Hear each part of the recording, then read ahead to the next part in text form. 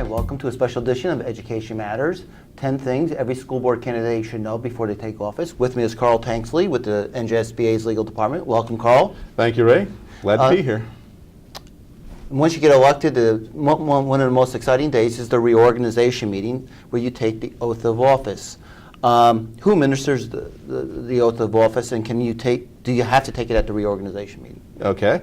Well, the person who administers the oath of office is typically going to be the board secretary, BA board secretary. They're the ones who's essentially in charge of the meeting up at that point, and they're certified by statute to administer an oath. But it can be anyone else who's authorized by statute to administer an oath. It can be a mayor, it can be a judge, it can be an attorney. There are a number of individuals in the statute that are authorized to administer the oath. It can't be, though. It cannot be a spouse, or it can't be a child or someone, even though you may be proud of your spouse and want to have your children involved, unless they're authorized by statute to administer the oath. It's really not an official oath unless it's issued by a certified person.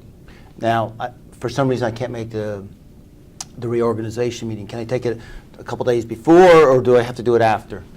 Actually, you cannot take the oath of office before the organization meeting because the prior board member's term lasts up until the point of the organization meeting. So until that organization meeting starts, there's no position to swear into. So therefore, you can't really take any duties or administer any duties of someone who's sitting in the seat before you. It's only at the point of the organization meeting that you're authorized to take the oath.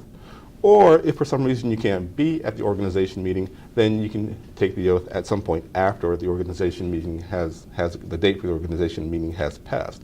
So that would be permissible. And you cannot serve on the board until you take that oath? Cannot serve on the board until you take the oath. You can't be in executive session. You can't receive any confidential information or materials because you're not a board member and not authorized by statute to perform those duties until the oath is administered.